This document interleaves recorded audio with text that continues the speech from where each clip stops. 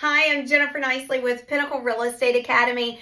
We are talking NAR settlement, and today is part 7 of our series. Hopefully you've been following along. But I want to talk to you about listings versus buyers. I hear a lot out there where they're going, you need to be a listing machine moving forward. And I hear narratives saying the buyer's agents are dead. Buyer's agency's going away.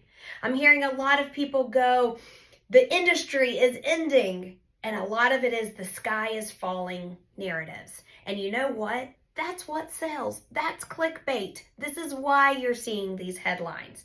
But let's talk about why I think that the whole be a listing machine, buyer's agents are dead concept is wrong. Number one, buyers need representation. Guys, in the Southeast, we adopted buyer's agency in 1990. We did that for a reason. If buyers go out and they are working with a listing agent and a seller, buyers have no idea what they're doing. They don't know that this is a great purchase, that it has a high rent return on it, return on investment.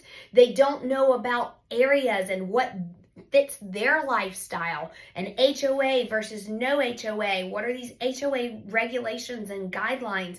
How much can we rent this property for? What type of lender do you need to connect with because you're needing to do a revenue pre-approval versus your income pre-approval? So there are a lot of different reasons why buyers need buyer's agents.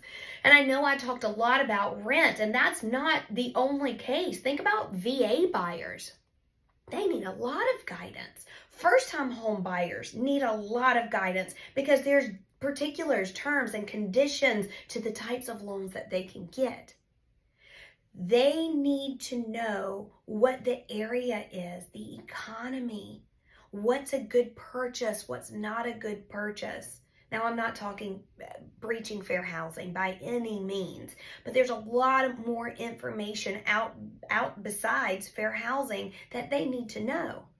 So my opinion is when I hear these people on YouTube, TikTok, on TV, the media saying buyer's agency is dead, be a listing machine, it tells me that they didn't even know what the value of a buyer's agent was in the first place, and they cannot dictate it to a buyer. Therefore, their easy out is to just list. If you know how to present it to your buyer and you have value that you bring to the table, that's not a hard sell. It is not a hard way to help them understand why they need to hire you, why you need to get paid. I worked with 2 buyers this weekend.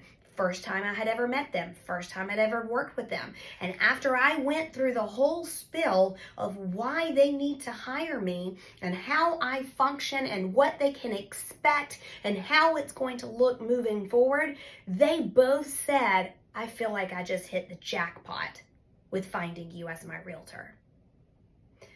That comment right there says they understand my value. Now, we can be creative and we can say, hey, listen, here's our buyer's agency agreement. Our buyer's agency agreement says that I'm going to do my best to get paid out of the transaction. But if I don't get paid out of the transaction, then buyer, you're going to be responsible for X. Well, when I present this to my buyer, I'm not going to just say you'll be responsible for X. I'm going to say, if the seller isn't willing to pay a buyer's agent's commission, we can always add it into the offer and ask them to pay for your buyer's closing cost or a portion of your closing cost.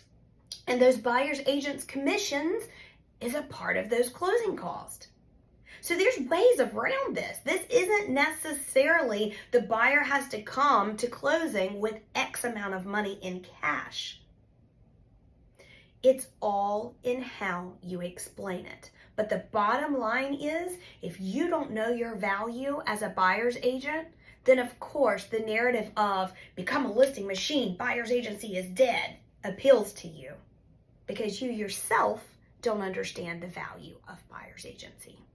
So I challenge you today to go pull up that 179 bullet point list NAR provides that tells you what buyer's agency does. If you follow me on social media, I posted a list myself so that you could go and share it on your social media accounts. Not only does that list give some of the things that we do, like check the appraisal, make sure the appraisal's ordered, make sure the CL 100 comes back that says bugs are not eating the house. And if they are, then we negotiate it, then we get price points, etc., etc., etc. There are more things that you can add to that buyer's agency list to help the consumer understand your value. I challenge you to sit down with that list, add to it, make it yours, turn it into a personal document that reflects why you have a career, why people need to use you. If you have any questions, as always, comment below. We're here at Pinnacle Real Estate Academy to help you. And please click that subscribe button because we are posting videos daily and you'll get a notification on your phone the next moment we post a video.